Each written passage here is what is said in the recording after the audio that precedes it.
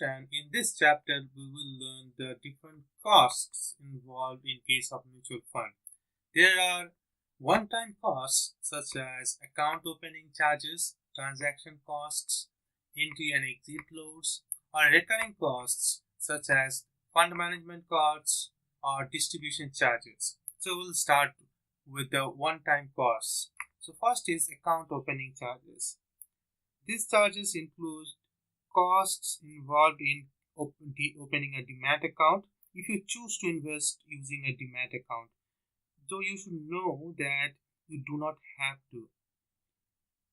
Transaction costs. In 2011, a transaction charge of rupees 150 or rupees 100 can be charged per subscription of rupees 10,000 or above by a new or an existing investor respectively. The amount is deducted from the amount received from the investor, paid to the distributor, and the rest amount is invested. The distributor may choose to opt out. Then we will go into entry and exit loads. Now, entry loads used to be charged by some funds when investors invested, but SEBI has banned any entry load. Exit loads, on the other hand, may be charged when the investor chooses to redeem his units. Now, this is a percentage of the account value at that time, and generally there is a, if the investor chooses to redeem within a certain period, say 1 year, then this kind of charge applies.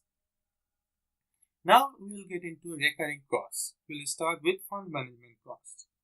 Depending on the type of the fund, the management cost of the fund can be significant.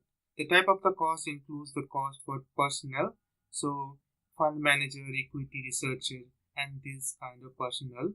Transaction cost involved in buying or selling of securities, including brokerage, registration cost, etc. Now there are charges for custodian fee, operation costs such as investor communication, etc. Now all this cost goes into the fund management costs. Now we'll get into the distribution charges. Although the investors do not pay the distribution charges directly, the cost is added to the expenses of the fund and retrieved from the investors indirectly. How? The total expense ratio for regular funds are generally a little higher than the total expense ratio of a direct plan.